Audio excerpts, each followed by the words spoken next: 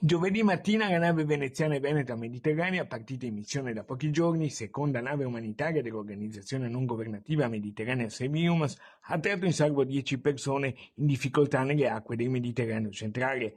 Ora arriva una nuova doccia gelata. La nave è stata colpita da un provvedimento di fermo amministrativo, una decisione che ha tutte le caratteristiche per alimentare un braccio di ferro tra le autorità italiane e il team di Mediterranea.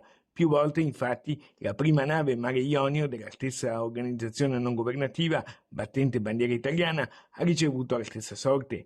Tra i pilastri di Mediterranea c'è anche l'armatore triestino Metz.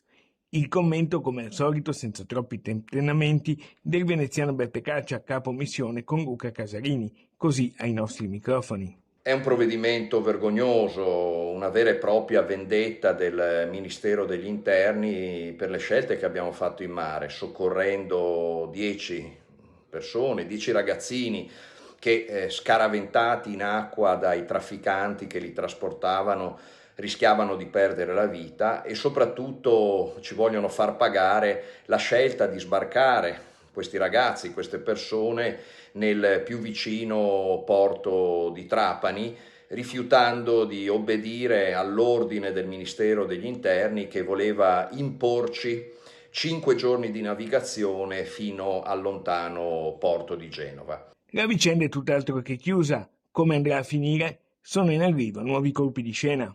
Vi parlo dal porto di Trapani, dove questo pomeriggio, a bordo della nostra nave mediterranea, personale della Questura, della Guardia di Finanza e della Capitaneria di Porto ci hanno notificato il provvedimento, il verbale con cui si contesta a Mediterranea la violazione del decreto legge Piantedosi. Significa una sanzione pecuniaria fino a 10.000 euro e il fermo amministrativo della nave.